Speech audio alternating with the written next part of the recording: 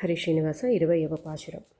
முப்பத்து மூவர் அமரர்க்கு முன் சென்று கப்பம் தவிர்க்கும் கலியே துயிலெழாய் செப்பமுடையாய் திரளுடையாய் செற்றார்க்கு வெப்பம் கொடுக்கும் விமலா துயிலெழாய் செப்பன்னமேன் முலை செவ்வாய் சிறுமருங்குல் நப்பின்னை நங்காய் திருவே துயிலெழாய் உக்கமும் தட்டொழியும் தந்துன்மணாளனை இப்போதே எம்மை நீராட்டேலோ ரெம்பாவாய். ఆండాళ్ తిరువడిగళే శరణం. ఈ పాశురంలో గోపికలు నీలాదేవిని శ్రీకృష్ణుడిని మేల్కొల్పుచున్నారు. శ్రీకృష్ణ దర్శనము ఆలస్యం అవుతుంటే ఓర్వలేక నీలాదేవిని నిష్ఠురాలాడుతున్నారు వీళ్ళు. నువ్వేంటి ఒక్క క్షణమైనా స్వామివారిని వదిలి ఉండలేవా? ఇది నీకు న్యాయం కాదు, నీ స్వభావానికి విరుద్ధం ఇది అని గోపికలు లెమ్మని చెప్తున్నారు. ఆమె మౌనాన్ని ఓర్వలేక గోపికలు కృష్ణుడిని లేపడానికి ప్రయత్నం చేస్తున్నారు. మాకు నువ్వు ఈరోజు అనుగ్రహం ఇవ్వలేదంటే పూర్వము దేవతలకు సహాయపడి వాళ్ళకి నువ్వు ఎంతగానో హెల్ప్ చేసి వాళ్ళతో కీర్తింపబడ్డావు. ఆ కీర్తి అంతా మాసిపోతుంది. నీవు నిర్మలుడని లోకంలో అందరూ చెప్పుకుంటారు. మరి నువ్వు ఇలా ఉంటే ఎలా అని శ్రీకృష్ణుడి గుణములన్నింటినీ కీర్తించి లేపడానికి ప్రయత్నిస్తున్నారు. స్వామివారి బలపరాక్రమములను గుణాలను పొగిడినా కూడా స్వామి కదలక మెదలక ఊరుకుండటంతో గోపికలు నీలాదేవి సౌందర్యం కీర్తించుచున్నారు. అంటే నీలాదేవిని పొగిడితే అయినా లేస్తాడేమో ఈ స్వామి అని ఎన్నో విధాలుగా మనల్ని రక్షించాలని స్వామితో చెప్పి చివరకు జగన్మాతకు లక్ష్మీదేవి తన యవ్వన సౌందర్యమును ఆకర్షితుడై ఉంటాడు కాబట్టి ఆవిడ అందాన్ని పొగుడుతున్నారు వీళ్ళు. అలాగైనా స్వామి మమ్మల్ని కటాక్షిస్తాడేమో అని. అందుకే భక్తులు అమ్మ సౌందర్యాన్ని వర్ణిస్తారు. అలా వర్ణించటం తప్పు కాదు. కొంతమందికి డౌట్ వస్తుంది అలా చేయొచ్చా లేదా అని. కానీ జీవులను కాపాడేది ఆ అమ్మ సౌందర్యమే.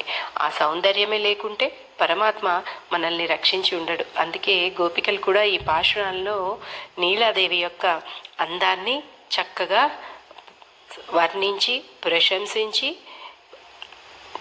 ఆ ప్రశంసలు వినన్నా ఆ స్వామి లేస్తాడు, మాకు అనుగ్రహం ఇస్తాడు అని కోరుకుంటున్నారు వాళ్ళు అక్కడ.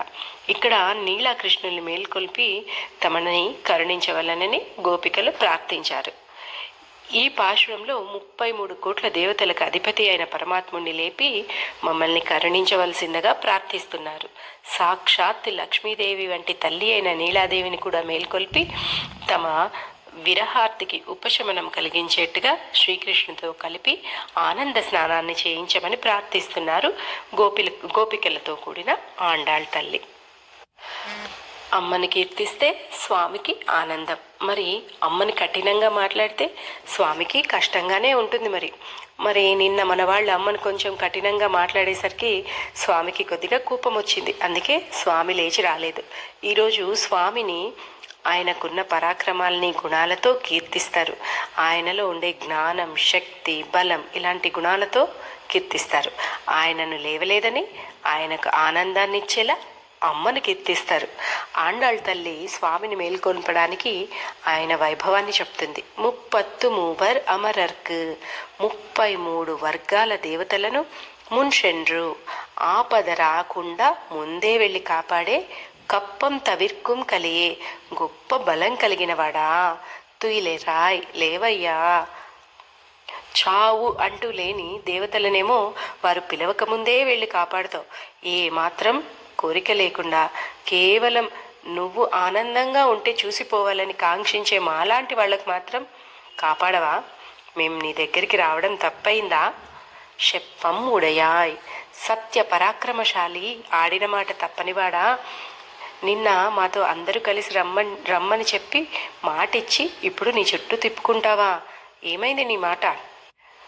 తిరలుడయాయ్ సర్వలోక రక్షణ సామర్థ్యం కలవాడా, సర్వలోకాన్నంతటిని రక్షించే శక్తి కలవాడా, శెత్తార్కు వెప్ప ముడుక్కుం విమలా శత్రువులను దుఃఖాన్ని ఇచ్చే నిర్మలుడా, ఏ దోషం అంటనివాడా, తుయిలెరాయ్ నిద్రలేవయ్యా, అయితే స్వామి లేవకపోయేసరికి వీళ్ళు అమ్మను కొంచెం కఠినంగా మాట్లాడినందుకు స్వామికి కోపం వచ్చిందని గమనించి అమ్మను పొగిడేది స్టార్ట్ చేస్తారు. అమ్మని ఇలా కీర్తిస్తారట.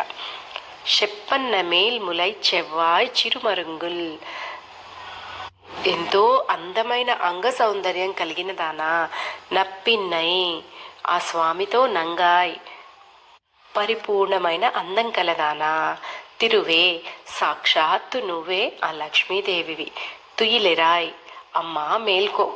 వీళ్ళ ప్రార్థనకి అమ్మ కరిగి లేచి వీళ్ళ దగ్గరికి వచ్చి ఏం కావాలి మీకు అని అడిగింది.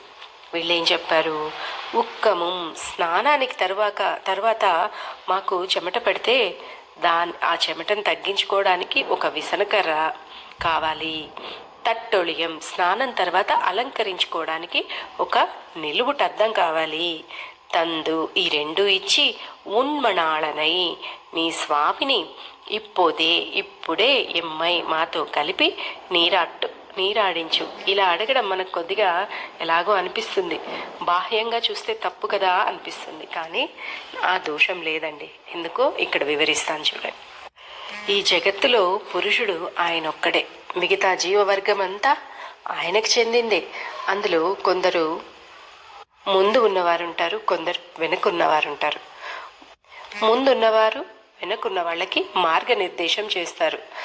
అక్కడ పరమపదంలో నిత్యశూర వర్గానికి చెందిన వారిలో మొదటిదైన లక్ష్మీదేవి ఆ తత్వాన్ని తెలిసినవారు, ఆ తత్వాన్ని సరిగ్గా చూపగలిగినవారు.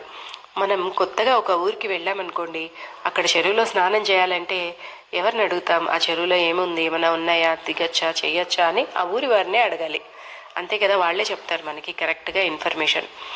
అలాగే ఇక్కడ కులశేఖర ఆళ్వార్ పరమాత్మను గురించి చెప్తూ ఏమన్నారంటే, హరి సరస్సివి గాహ్య ఆపీయ తేజో జలౌగం భవ మరు పరిఖిన్న ఖేద మధ్య త్యజామి.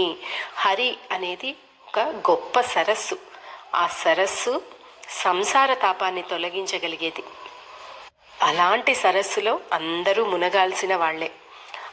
సంసార తాపం తగ్గాలి అనుకునే వాళ్ళందరూ అక్కడే మునగాలి. వీళ్ళు వాళ్ళు అనే నియమమే లేదు అక్కడ. జీవులమైన మనకు పరమపదంలోని నిత్య శూరులకు అందరికీ ఉన్నది ఒకే సరస్సు. అందులో మునిగితే ఈ సంసారంలో ఉన్న తాపమంతా తొలగుతుంది. ఆ హరి సరస్సు గురించి తెలిసిన దానివి నీవు మార్గం చూపిస్తే మేం దాంట్లో ప్రవేశించగలమని అమ్మ ఆండాళ్ తల్లి నీలాదేవిని కోరుతోంది. పరమాత్మని చేరటానికి అమ్మ ఒక ప్రాపకురాలుగా పనిచేస్తోంది. భగవంతుని యొక్క కళ్యాణ గుణాల జలంలో మనం నీరాడుతాం, అంటే స్నానం చేస్తాం. దాన్నే మనకు తిరుప్పావై అందిస్తోంది. ఇప్పుడు అమ్మ కూడా వీళ్లతో కలిసి మార్గనిర్దేశం చేస్తోంది మనకు. రేపటి నుండి స్వామిని అందరూ కలిసి మేల్కొల్పుతారు. హరే శ్రీనివాస.